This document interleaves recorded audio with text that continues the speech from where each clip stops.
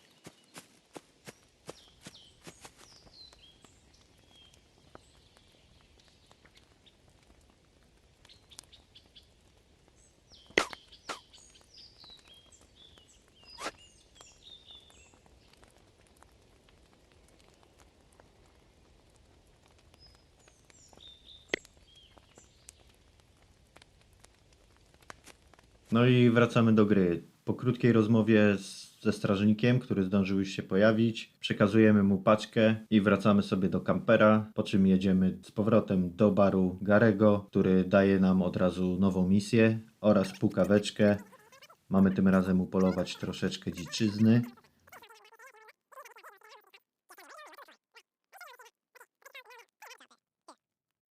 Come back with some game meat. Half a dozen pieces, more or less, should do it. What sort of critters am I going to find around there? Oh, rabbits, woodchucks, and the likes. If you need more bullets, come back and I can give you more. All right, I'm off. Good luck. Dostajemy również nagrody za wykonanie poprzedniego zadania, a są to pieniądze, punkty doświadczenia oraz punkty umiejętności. I tak jak wiadomo, na co wydamy pieniądze, czyli na nowy sprzęt. Punkty umiejętności wydamy oczywiście na rozwinięcie umiejętności. Tu przyznam, troszeczkę się sfrajerowałem na samym początku, bo nie zauważyłem generalnie, że są 3 zakładki i pakowałem wszystkie punkty tylko w zdolności przetrwania, a mamy jeszcze zakładkę zdolności związanych z bronią i zakładkę związaną z zdolnościami wytwarzania różnych przedmiotów. No ja tego nie zauważyłem na początku i wszystko ładowałem w te zdolności przetrwania. Przyznam jednak, że nie wyszło mi to na złe, ale nadal nie rozumiem, jaki jest sens w zdobywaniu punktów doświadczenia. Generalnie jest tutaj taka tabeleczka z tym, że osiągamy jakiś stopień, nie wiem, wtajemniczenia? Czegokolwiek. W każdym razie to jest tak, jakbym podnosił swoją rangę, która z tego co zauważyłem nie wnosi nic nowego do gry, więc jest to tylko taki kosmetyczny zabieg. Ale jakby nie było, jest to kolejny plus dla tej gry. Zdobywanie punktów umiejętności, nawet to zdobywanie doświadczenia, to jest coś, co mi się podoba, że mogę sobie samemu rozwinąć jakieś tutaj, wrzucić punkciki w daną umiejętność, w taką, którą chcę. No lubię to, lubię te elementy RPG. Nie jestem może fanem takich pełnoprawnych RPGów, ale elementy RPG i rozdzielania punktów to jest coś, co mi się w grach bardzo podoba.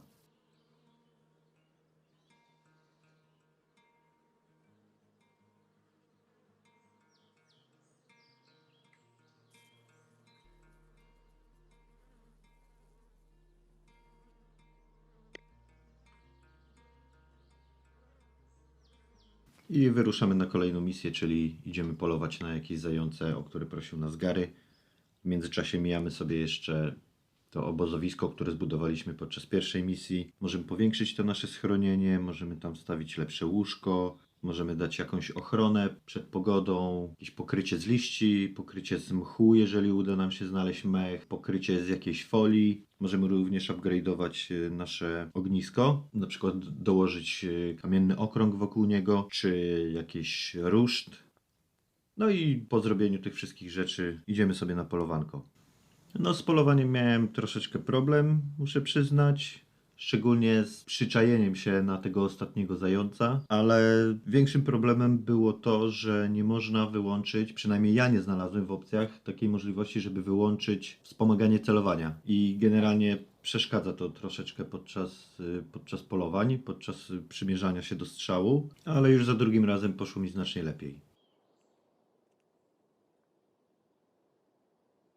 Podczas przyczajki w trakcie polowania pojawiają nam się jeszcze 2 nowe wskaźniki, czyli nasza widoczność i nasza słyszalność. I staramy się, żeby te 2 wskaźniki nie były podświetlone na czerwono, bo inaczej zwierzęta nas zauważą i zaczną uciekać, więc generalnie nic nie upolujemy. Na wynik polowania wpływa również to, w co nasza postać jest ubrana, a także prędkość, kierunek oraz siła wiatru, bo zwierzęta generalnie mogą nas zobaczyć i wyczuć, więc trzeba to dobrze rozegrać.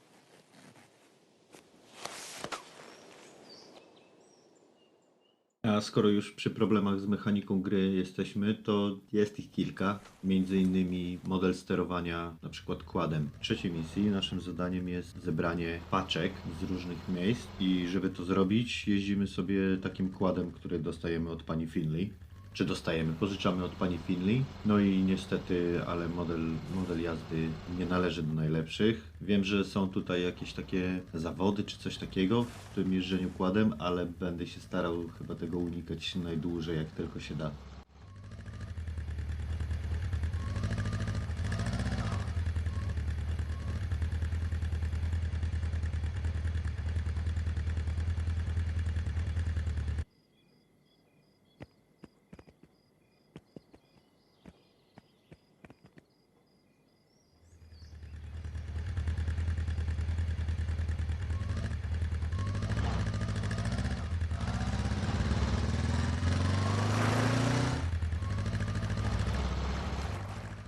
Nasza postać ma czasem również problemy z chodzeniem. Tak, z chodzeniem. Na przykład zdarzyło mi się coś takiego, że ukucnąłem i nie mogłem się ruszyć z powrotem. Po prostu postać zastygła. Po kilku sekundach wszystko wraca do normy, ale jednak ten niesmak pozostaje, że coś tutaj nie gra. Ze skakaniem też jest problem, bo tak, w tej grze jest skakanie, czego dowiedziałem się po jakimś, nie wiem, półgodzinnym graniu, że w ogóle jest taka opcja. Protip po naciśnięciu kółka. Ale generalnie skakanie jest nieprzydatne. Zresztą zobaczcie sami, jak to wygląda, kiedy próbuję wskoczyć na taką dosyć małą skałkę. Jest również kilka innych glitchy technicznych, na przykład coś takiego. Hello there. Hello. Był również taki błąd, że podczas napełniania manierki z jakiegoś źródła wody stojącej, która jest pełna pasożytów i tego typu rzeczy, również nasza postać bez spożywania tej wody nagle zarażała się pasożytami. Ale w momencie, kiedy nagrywam ten filmik, wyszedł patch, który zaadresował ten błąd, jak i wiele innych, więc to już zniknęło. Gra jest jeszcze świeża, więc twórcy nadal wypuszczają jakieś patche naprawiające jakieś błędy, jakieś niedociągnięcia.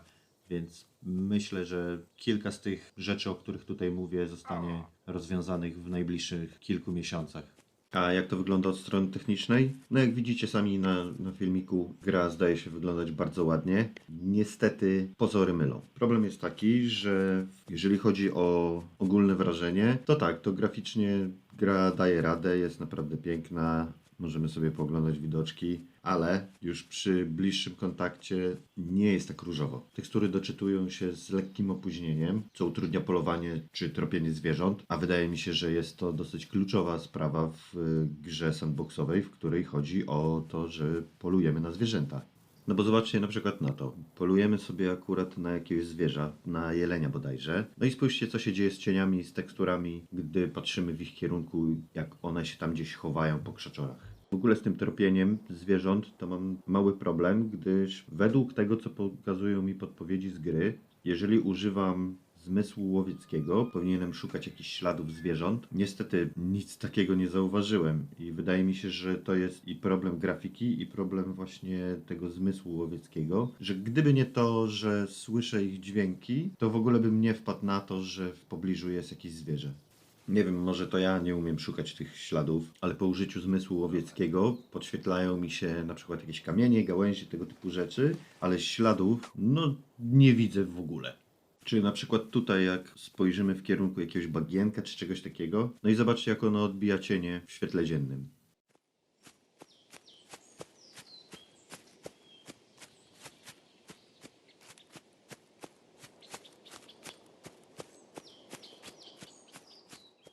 Mam nadzieję, że w kolejnych łatkach twórcy gry rozwiążą te problemy z grafiką i z cieniami. Troszeczkę ją podszlifują, no bo niestety, ale przez takie właśnie kwiatki gra, mimo że może być wciągająca, traci na uroku i traci na grywalności. Nie mam zdania w zasadzie o dźwięku w grze. Jest ok, jeżeli wychodzimy do tego lasu w końcu, to jest w porządku. Chociaż grając na przykład na słuchawkach, rozdzielenie kanałów podczas zmiany kąta, ustawienia kamery, no jest dosyć takie mechaniczne, nie jest takie płynne. Nagle jeden odgłos słyszymy w lewej słuchawce, cyk, obracamy kamerę i on jest już w prawej. Nie ma takiego płynnego przejścia. Zdarzyło mi się też tak, że dialog był dograny nierówno i miało się wrażenie, że NPC, który stoi zaraz obok nas, mówi do nas, jakby stał za ścianą. No patrzcie, jednak się okazało, że mam zdanie na temat dźwięku i podsumowując, nie jest źle, ale dobrze też nie jest. Mam nadzieję, że zostanie to rozwiązane w najbliższych łatkach. Hello, Miss Finley. Are you here? Yeah, just a sec. You here on behalf of Gary? Indeed, I am. Alright, listen. I'm super busy doing this place up, so here are the keys to the ATV. It's parked just outside. You'll find Gary's stuff in the back. Go pick it up, drop it off. A, bo prawie zapomniałem. Open Country jest jeszcze opcja gry multiplayer, ale jej nie sprawdziłem do tej pory. Skupiłem się na graniu w tryb dla pojedynczego gracza.